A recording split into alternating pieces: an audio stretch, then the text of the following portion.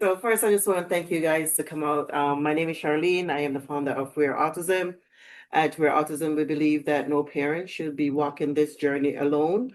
We recognize that cultural differences, along with experiences from home and access to services, plays a crucial part on how a child on the spectrum learns, strive, and grow.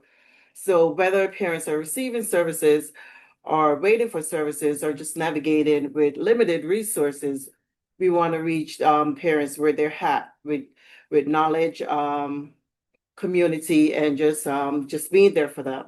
So I appreciate you guys coming out. Just wanted to say that next week we're going to be talking about parenting beyond therapy hours and choral care with their agency is going to be coming out. I did like the idea that because a lot of parents did not show up, that you guys were able to improvise with Zoom.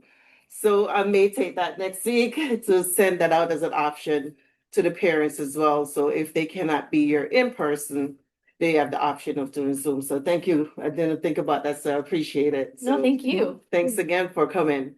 Thank you for having us. Of course. Thank you, Shannon.